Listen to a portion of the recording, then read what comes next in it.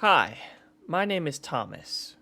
One day, I was out with my friends checking out some of the local bars. We lived in a really big city, so there was always a lot to do. We loved to try new things, and we really loved to go looking at clubs. My friends were all on the lookout for beautiful girls, hoping they'd get some action by the end of the night. But I wasn't like that. My past couple of relationships fell through, and I was getting tired of trying to find my perfect match. Where was all the true love scenarios, like in the movies? That night, I wasn't looking for a date or a cute girl to be my girlfriend. I just wanted to have a good time with my friends and forget about my lady troubles. As the night went on, though, I started to get jealous. My friends were very charismatic, and by now, almost all of them were busy flirting with the women at the bar. The women couldn't get enough of them.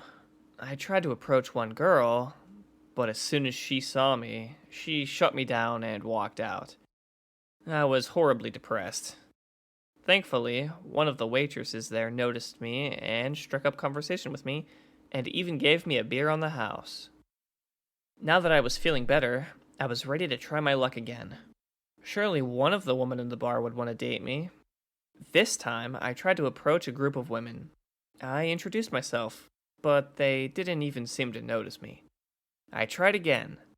I told them my name was Thomas, and I worked as a software developer for a pretty big company. This time, they finally talked to me. But when they did, it was just to tell me to leave them alone. I was tired and dejected. I'd been shot down by nearly every woman in the bar, and I was fed up with it.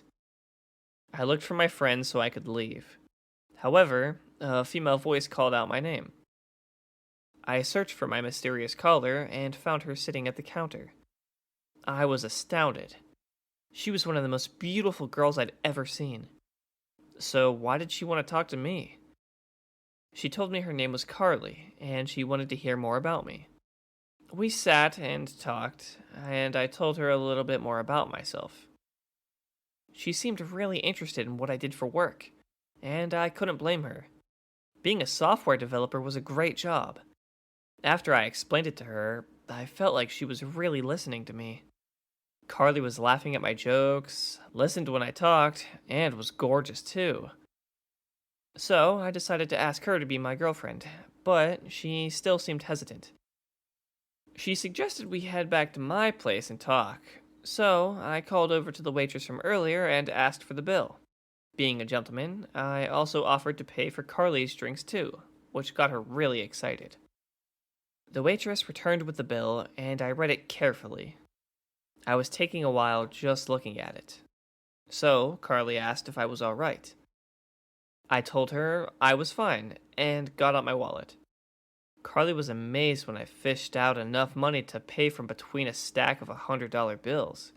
I also left a very generous tip for the kind waitress. With our bills paid, we got into my car and headed back to my place.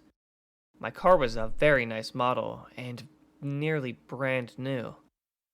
I'd just gotten it a few weeks ago, and I couldn't help but to brag a little to Carly how amazing it was, and she agreed.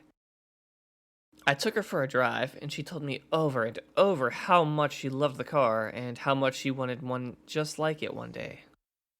I told her that maybe one day she could use mine, and Carly said she would love to. We reached my house, and she was in awe of it. Thanks to my large salary, I was able to afford what was basically a mansion. It was really impressive, but that was just the beginning. We went through the front gate, and I parked my car next to my second car in the garage, and Carly's jaw hit the floor. She asked if anything here was mine, and if a handsome guy like me actually made all this money, and I told her I did. I invited her inside my mansion to give her a tour. We started in the kitchen, where I showed her my shiny silverware and fine china, my large fridge, and massive dining room table. I could tell she was at a loss of words, but we continued the tour regardless. Next, I took her to the living room. I was explaining to her how my family owned the company I worked at, and that I'd have to show her it sometime. But she interrupted me to gawk over an expensive painting that I had framed up. I tried again to tell her about my family and our legacy, but I could see she was getting bored. So instead, I continued the tour. We went through the entire house, and I showed her all of my most prized possessions and most expensive items that I owned. And by the time I was done, Carly was more than impressed. She told me that she'd be my girlfriend for sure. She leaned in to kiss me, but I pushed her away and told her to get out of my house. She was shocked and asked what happened, and that's when I told Carly the truth. On my bill from the bar, someone had written a warning to me that Carly was just after my money.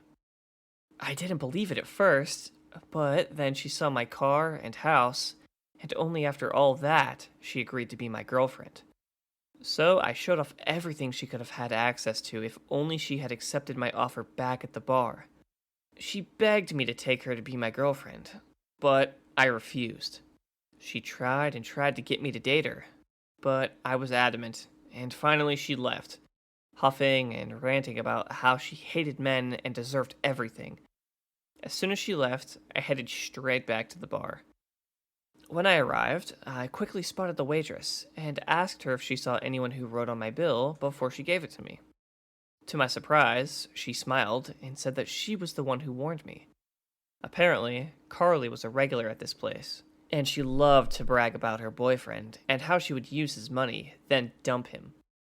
When I asked her why she helped me, the waitress admitted something to me. When she saw me at the bar, she actually started to develop a crush on me and didn't want to see me get hurt, so she subtly tried to help me.